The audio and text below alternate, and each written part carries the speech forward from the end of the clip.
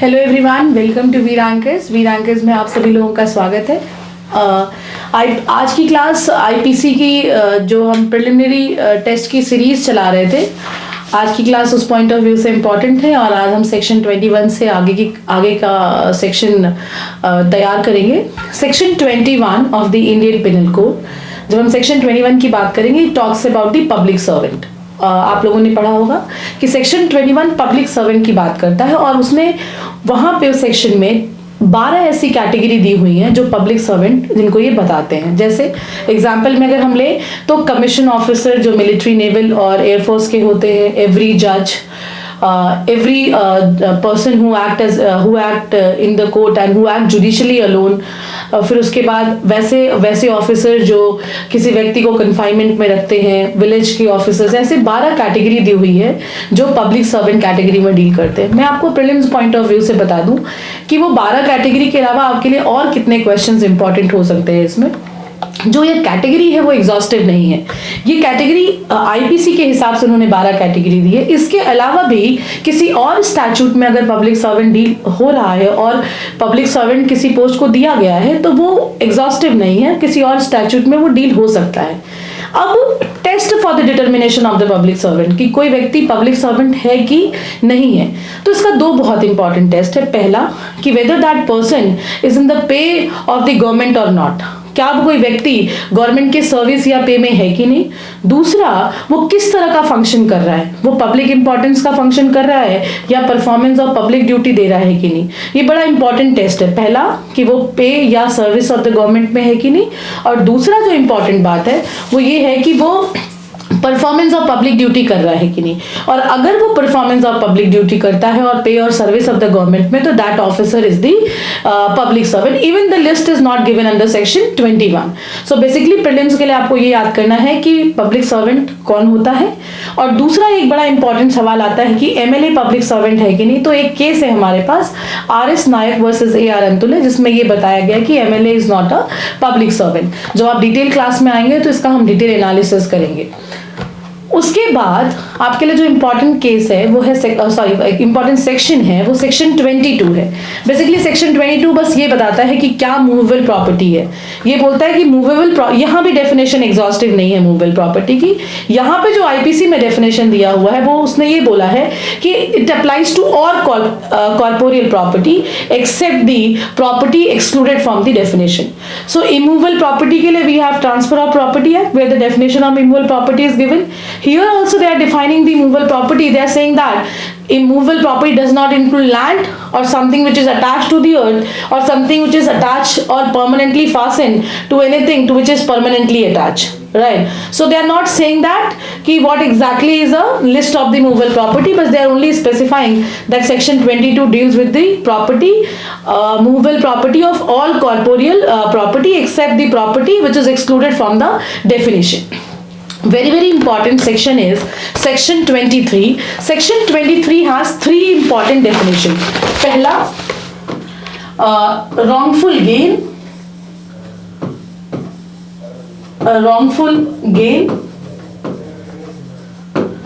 wrongful loss, and then gaining wrongfully, gaining or losing wrongfully, gaining wrongfully and losing wrongfully.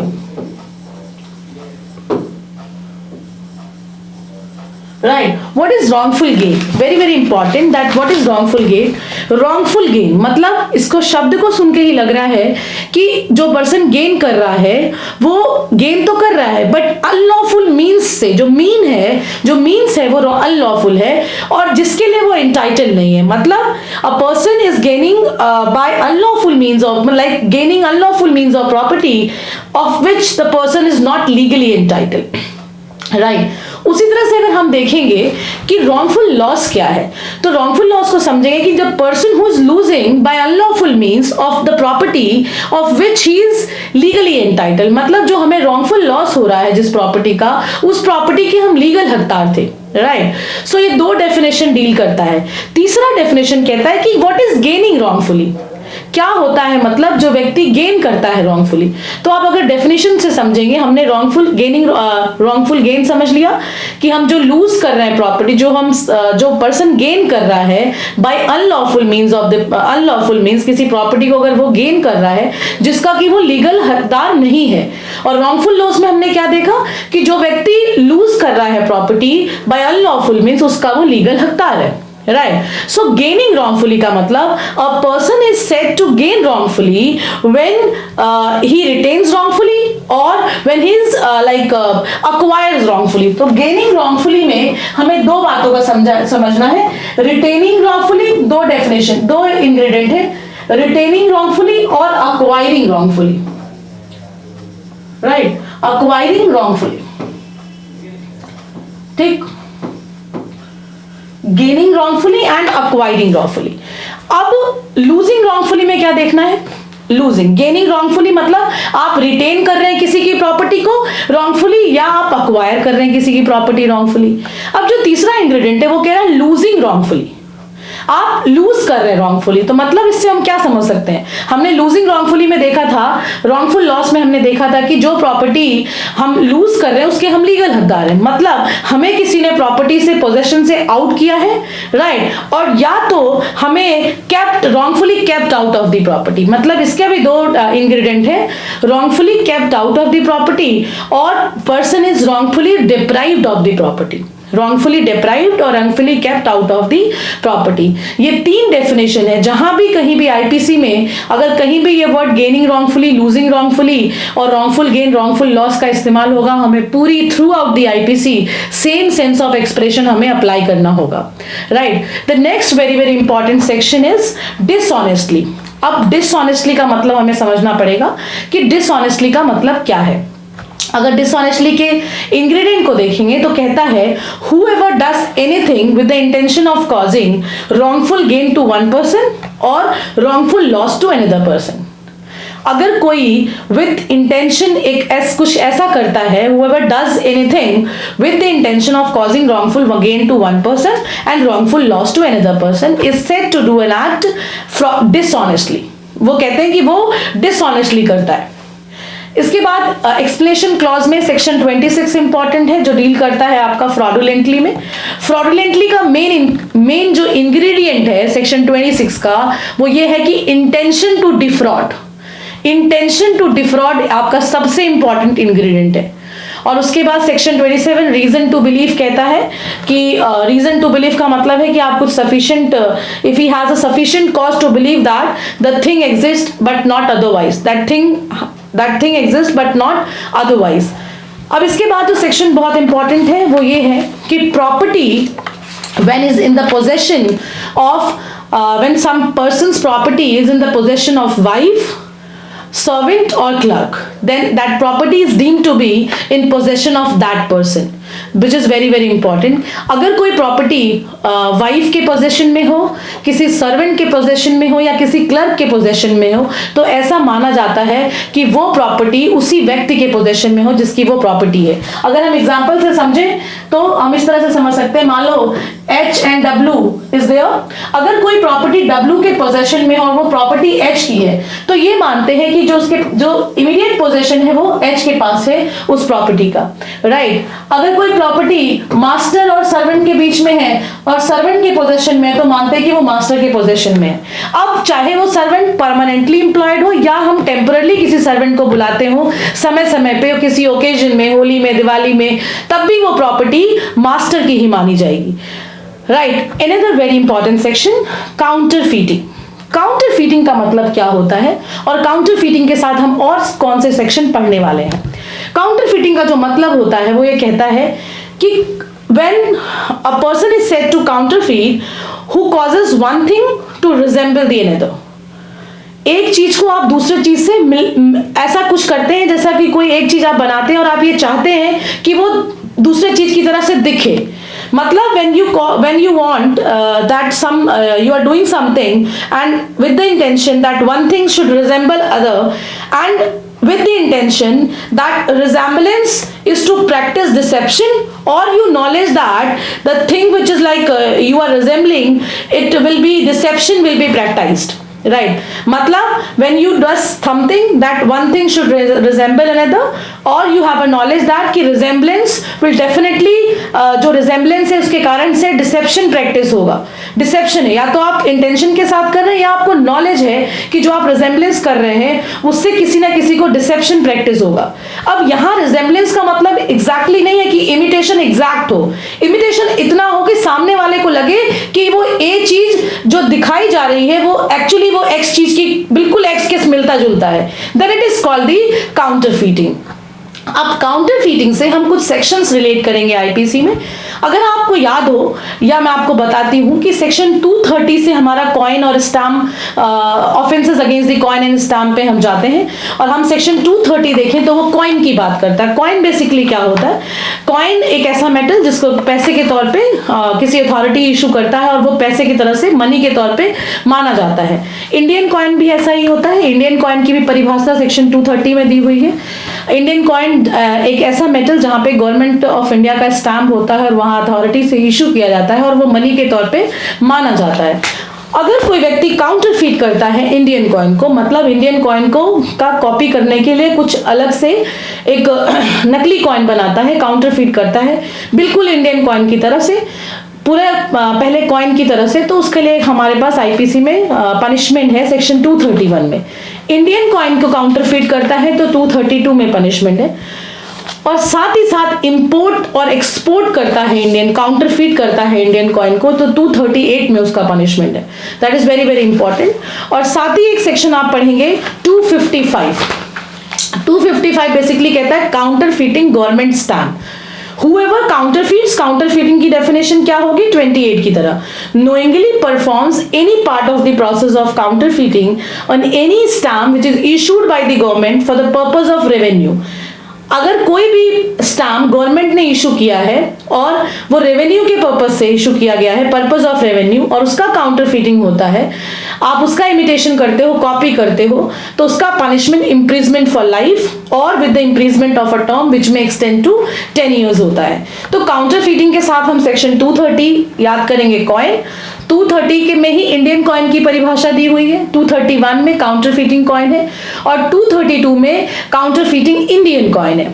ठीक है. 238 में import export of counterfeiting of Indian coin और साथ साथ काउंटरफीटिंग of government stamp कहाँ दिया हुआ है? सेक्शन 255 में. अब आगे आते हैं हम डॉक्यूमेंट की परिभाषा में. चूंकि ये क्रैश कोर्स है और क्रैश कोर्स के साथ साथ हमने एक सीरीज आपके लिए चलाई है जिससे कि आपको मदद मिले इंपॉर्टेंट सेक्शन को याद करने में, तो इसलिए हम बहुत थोड़ा सा इसमें मुझे समय का थोड़ा सा ध्यान में रखते हुए क्लास को थोड़ा सा जल्दी खत्म करना होता है. दोबारा नेक्स्ट इंपॉर्टेंट सेक्शन आता है सेक्शन 29 जो डॉक्यूमेंट की बात करता है और जो परिभाषा सेक्शन 29 में दी हुई है एग्जैक्टली वही डेफिनेशन और कौन से सेक्शन में दिया हुआ और कहाँ डॉक्यूमेंट डिफाइन है. तो सेक्शन 29 के साथ आप सेक्शन 3 पढ़ेंगे इंडियन एविडेंस एक्ट का, वहां भी डॉक्यूमेंट डिफाइन है. राइट. अब डॉक्यूमेंट क्या कहता है? Any matter expressed or described upon any substance by means of letter, mark, figure or any one of them intended to be use as an evidence of that matter. यहाँ पे section 29 यही define करता है. जैसे cheque upon a banker is a document, right. A cheque upon banker is a document. A power of attorney is a document. अगर हम power of attorney की बात करें तो पावर ऑफ अटॉर्नी के लिए हमारे पास स्पेसिफिक सेक्शंस हैं इंडियन एविडेंस एक्ट में. सेक्शन 85 डील करता है presumption as to the power of attorney. Section 85 deal करता है, जैसे मैंने आपको बताया कि जो पावर ऑफ अटॉर्नी होता है इज अ डॉक्यूमेंट. अगर हम पावर ऑफ अटॉर्नी को रिलेट करना चाहें तो पावर ऑफ अटॉर्नी कहाँ डिफाइन है? सेक्शन 85 में डिफाइन है. और प्रिजम्पशन होता है कि court shall presume that every document which is purporting to be a power of attorney has been executed and authenticated by public court, by notary public और any court of justice, magistrate और representative. So presumption कैसा होगा? ये shall presume होगा. जब भी कोई document as a power of attorney के तौर पे गवर्नमेंट कोर्ट ऑफ जस्टिस के सामने पेश किया जाएगा तो कोर्ट विल ऑलवेज प्रिज्यूम कि जो ये पावर ऑफ अटॉर्नी है ये have been executed before a notary और कोर्ट ऑफ जस्टिस और somebody like a government, central government was so executed and it is authenticated. इसी के साथ 85 में, और जब डॉक्यूमेंट में इलेक्ट्रॉनिक रिकॉर्ड जुड़ा तो 85 का अमेंडमेंट हुआ और उसमें नए सेक्शंस जुड़े। 85A basically talks about the presumption as to the electronic agreement. फिर उसके बाद 85B presumption as to the electronic record. फिर नेक्स्ट सेक्शन जुड़ा 85C presumption as to the electronic signature certificate. तो आप डॉक्यूमेंट के साथ हम इतने सारे सेक्शंस पढ़े। पहला क्या, 29 जो डॉक्यूमेंट में बात करता है, डॉक्यूमेंट क्या होता है। फिर उसी के साथ सेक्शन 3 में भी डॉक्यूमेंट की परिभाषा दी हुई है।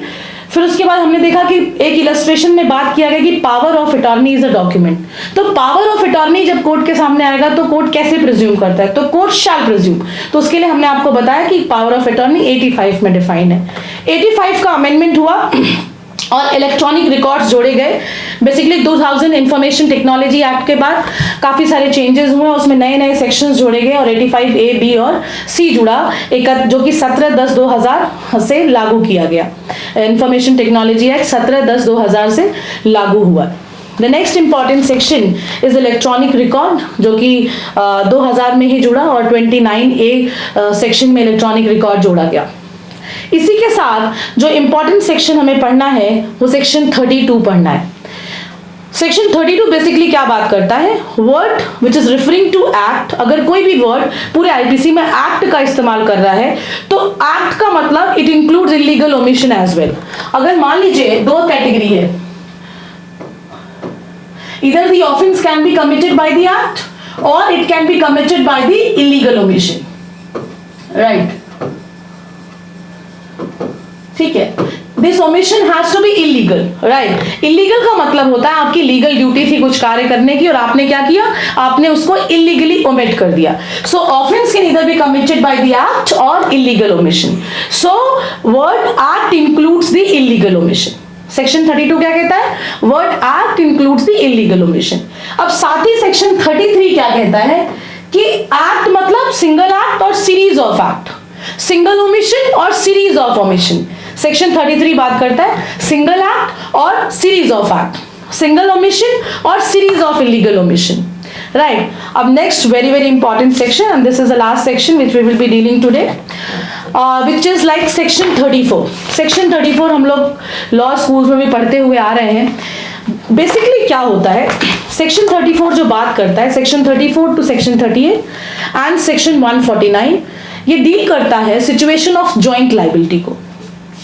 सी whenever a criminal act is committed by several person, ध्यान से सुनिएगा, जब भी कोई criminal act होगा and it is committed by several person with the common intention or common object, then it is said that the liability is called the joint liability. जब कभी भी कोई भी criminal act is committed by more than one person and with the common intention और the common object, it is said that the liability is joint liability. अब हमेशा हम देखेंगे कि ऑफेंस जो क्राइम होता है वो चार तरीके से होता है। The participant in the crime can be in the following 4 ways. जब भी कोई पार्टिसिपेंट होता है क्राइम में वो चार तरीके से होता है। पहला, वो खुद करे क्राइम। दूसरा, वो पार्टिसिपेट करे in the commission of the crime. तीसरा, वो कोई एजेंसी हायर करे जिससे वो क्राइम को कराए। और चौथा, वो किसी ऑफेंडर को screen him from justice after the commission of the crime. तो जो बेसिकली हम 34 से 38 तक डील करेंगे वो प्रिंसिपल ऑफ जॉइंट लायबिलिटी पे डील करेंगे। अब सेक्शन 34 बेसिकली कहता है कि when the criminal act is done, the act must be criminal, the act must be criminal, right. ठीक है, this criminal act is done by several person. Several person का मतलब मोर देन वन, ठीक है। इन furtherance of common intention, third ingredient is in furtherance of. अब जो expression है इन furtherance of common intention was added by amendment, criminal amendment act 1870। जो 34 में जो अमेंडमेंट हुआ है सेक्शन 34 में, वो 1870 में हुआ है। Act 27 of 1870, act 27 of 1870। So now if you read the ingredient, when criminal act is done by several person in furtherance of common intention, Up then the law impute a fiction that it will be deemed as if the act is done by that person alone, right? So I told you that कि कैसे कोई person participant हो सकता है. पहला, जब वो खुद क्राइम करता है. दूसरा, वो पार्टिसिपेट करता है. तीसरा, वो कोई एजेंसी हायर करता है. और चौथा, वो किसी को स्क्रीन करता है so that the person may flee from the justice after the commission of the offence. अब कॉमन इंटेंशन और similar intention exam point of view से, ये बहुत डिटेल लेक्चर है, लेकिन हम आपको एग्जाम पॉइंट ऑफ व्यू से, preliminary exam point of view से बताएंगे. कॉमन इंटेंशन और सिमिलर इंटेंशन अलग अलग है. कॉमन इंटेंशन के लिए जरूरी है प्री कंसर्ट मीटिंग या कंसेंसस एडिडम. हम एक ही समय में एक ही बात पे सभी लोग अग्री हो, ठीक है. तो अब उस समय आपका कंसेंसस एडिडम हो गया, प्री कंसर्ट मीटिंग हो गई है आपकी. सिमिलर इंटेंशन में जैसे हम अगर हम बात करें, आप भी जज बनना चाहते हैं, एक्स भी जज बनना चाहता है, वाई भी जज बनना चाहता है. यहाँ पे प्री कंसर्ट मीटिंग नहीं है, लेकिन इन सबका सिमिलर इंटेंशन है. सब लोग जज बनना चाहते हैं. वो कॉमन हो जाएगा जब हम सब बैठ के प्री कंसर्ट मीटिंग करेंगे और उस मीटिंग के तहत अपना वर्क एग्जीक्यूट करेंगे, राइट. सो अब एक केस आया महबूब शाह वर्सेस एम्पियर, जिसको हम इंडस वाटर रिवर केस भी बोलते हैं. इस केस में कोर्ट ने बताया कि what is the common intention and what is difference between the common and the similar intention. This was the case Mehboob Shah versus ampere. और कोर्ट ने ये भी कहा कि जो कॉमन इंटेंशन है वो स्पर ऑफ द मूवमेंट पे भी डेवलप किया जा सकता है. बहुत लोगों का similar intention can be converted into the common intention, ठीक है. इसी केस में बताया, इसी दूसरा केस आया Barendra Kumar Ghosh versus king ampere. इसको हम शंकरी टोला पोस्ट ऑफिस केस भी बोलते हैं. और इस केस में सुप्रीम कोर्ट ने एक बहुत इंपॉर्टेंट लाइन बोली कि जो क्राइम में they also serve who stand and wait. ये ध्यान से नोट करिएगा. Though in crime those also they also serve who stand and wait. So Barendra Kumar Ghosh versus king emperor में कहा कि जो लोग खड़े होकर इंतजार करते हैं उनके ऊपर भी लाइबिलिटी होती है. तो ये जो सेक्शन 34 है ना, ये बेसिकली ये प्रिंसिपल ऑफ क्रिमिनल लाइबिलिटी को इंप्यूट कर रहा है और कोई डिस्टिंक्ट ऑफेंस नहीं कर रहा है. बेसिकली सेक्शन 34 जब 1870 में बनाया गया था तो वो केस पे बेस्ड था और केस का नाम था आर वर्सेस क्रूज. ये कोई डिस्टिंक्ट ऑफेंस क्रिएट नहीं कर रहा है. ये बेसिकली बात कर रहा है principle of joint criminal liability. तो 34 पे जो हमारे लिए दो इंपॉर्टेंट केस मैंने आपको बताया, महबूब शाह वर्सेस एम्पियर और दूसरा Barendra Kumar Ghosh versus king ampere, जिसको कि हम शंकरी टोला भी केस भी बोलते हैं. एक और केस है Pandurang versus state of Hyderabad. इसमें भी यही बोला कि there is a difference between a similar intention and the common intention. Prior meeting is an essence of the common intention, which is not in the cases of similar intention. So that is all about for the today lectures. Stay tuned for the other lectures from section 35 to next class.